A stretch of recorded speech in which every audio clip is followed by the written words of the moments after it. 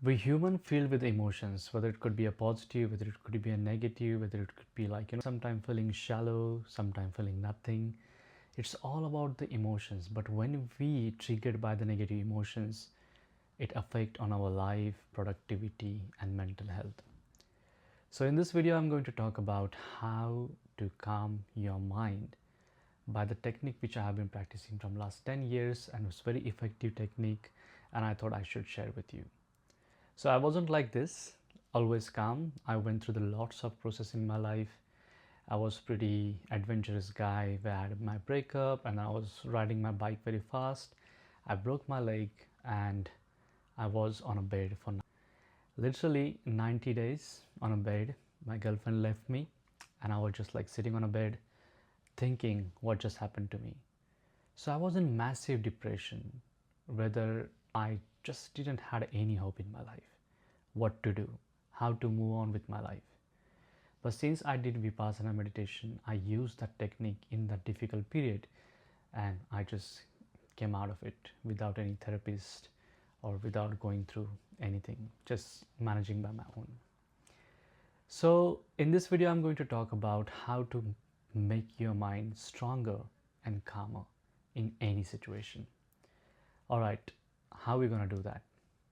So let's understand, when you feel anxious or when you feel something is suffocating or choking, understand what's the trigger behind it. So one of my friend, he's my close friend, so he told me whenever he walk on the street and he wanted to say hi to girls, but when they don't say hi back to him, he feels so bad, he feels so scared, he feels so like angry that why they didn't respond back to him. And I can completely relate with him because that similar situation used to happen with me. Because whenever I tried to do something nice for other people, when they didn't do back to me, that hurt me a lot in the past. And I used to go and ask them explanation, why you just don't understand me. I have done heaps of things for you. I'm working so hard to make this relationship and you're just not appreciating me.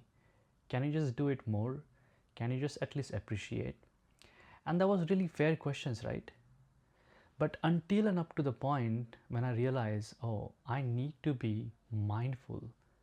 I need to be aware of my thoughts. I need to be aware in the present moment what's happening with me. So I started doing Anapana meditation. So understand the science behind it. In our life, we get almost 16,000 to 18,000 thoughts per day. And in those thoughts, the frequency is the thoughts which you give importance, it gets multiply. And the more important you give to negative thoughts, your personality started becoming like that. If you consider yourself as your anxious person and you're giving focus on that anxious thought, then it collect and connect with the all past memory from the childhood to until now, all the scariest moment, it just comes with a sync, and that become you and that make you anxious person. If you focus on positive thoughts, which is very hard because we are not aware, it's not in our hand segregate, choose positive thought and negative thought. Oftenly negative emotions comes because negative emotions affect on our body, it creates a sensation, right? So how to deal with that? First of all, by being mindfulness, by practicing the mindfulness. How are you going to practice the mindful? By just simply focusing on your respiration. This is called Anapanasati meditation technique. So when you're focusing on your respiration, there is a thoughts going on in your background. You're not giving any importance to the thoughts. You're understanding the nature of the thoughts is comes and go. If you're sad, it means you're living in the past. If you're happy, it means you're living in the present, because nothing is affecting on you. But if you're scared, then it means you're living in the future. So if you want to be happy, just be in the present moment. Just what is the subtle reality at the moment? And the reality is you focusing on your respiration and exhaling. And while doing inhaling and exhaling, you understanding what's in my control. Can I control the mind of the person which I'm expecting they should behave nice to me? You can explain that these are your expectations, But why you want to have expectations from other people which is completely out of your control? Okay, for time being that person might listen to you and they will start giving you value or importance. But what guarantee do you have that person is going to behave the exactly same way? So understand in more deeper level, when you want someone to behave in certain way that's going to make you feel happy, this is temporary. It means you're giving your remote to some other person. If they don't behave good, then it's going to affect on you. If they do behave good, then it's going to affect on you. So why not to just focus on mindfulness, being in a present, and try to focus on the things which is completely in your control. Second thing is, always try to understand the triggers like I mentioned before.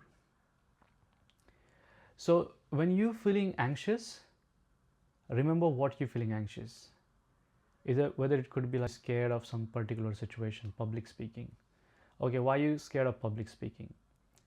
Could be when you try to be like when you try to speak in public, that time someone, your friend or someone might just laugh at you. And they laugh, and then when they laugh, it created a scary sensation in your chest. And that sensation has gone but impacted long last over there. So all you have to do is just focus. It has gone. That was not in my control.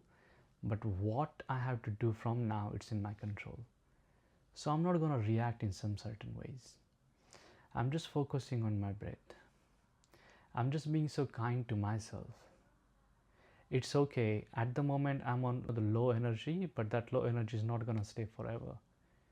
I'm going to slowly move to the high vibrations. And then step back and ask yourself, you're here listening this video and you have dealt with lots of difficult problem in your life and you're still alive. You're still listening to me. It means you're fine.